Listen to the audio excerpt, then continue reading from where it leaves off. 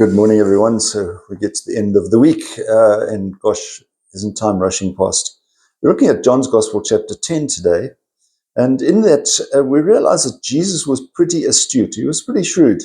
The Pharisees would attempt to catch him out left, right, center, and he was very clever in the way in which he responded. He knew who his adversaries were, and he knew that they were having a go at him, and he confounded them with his words. They came back and said, "Yeah, this is what the reality is."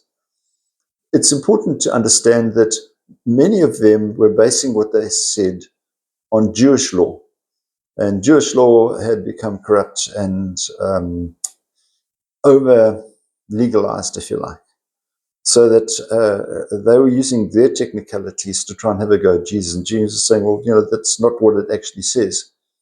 But Jesus is quite adamant that he is God. That he, to them, said, I am the God. The problem is that many did believe him, but there were also many who saw him as a threat. And in that situation, we might sort of say, well, there are times in our lives when we say we should choose our battles wisely. There are some people who are never going to listen to us. They're never going to be persuaded. And there are going to be other people who are open to it. But choose your battles wisely. And make sure that, you don't be too confrontational, because some people are just going to resent it. And they're going to see you as a threat. The reality is that some people just don't want to hear. They don't want to hear any more rules. They don't want to hear anything else that challenges the way that they're doing things, because they really believe that what they're doing is right. And perhaps the Pharisees were in a similar situation.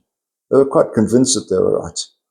They were so convinced that they managed eventually, together with the other Jewish leaders, to have Jesus put to death, and used the law as they saw it to persuade Pilate to have Jesus crucified.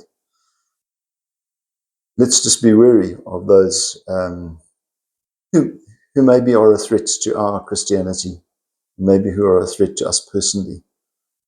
And don't be offended by it, but be well armed for it by knowing what it is that God really teaches us and what message we can really give to people who need to hear it. Have a wonderful day. Keep yourself safe. Bye-bye. God bless.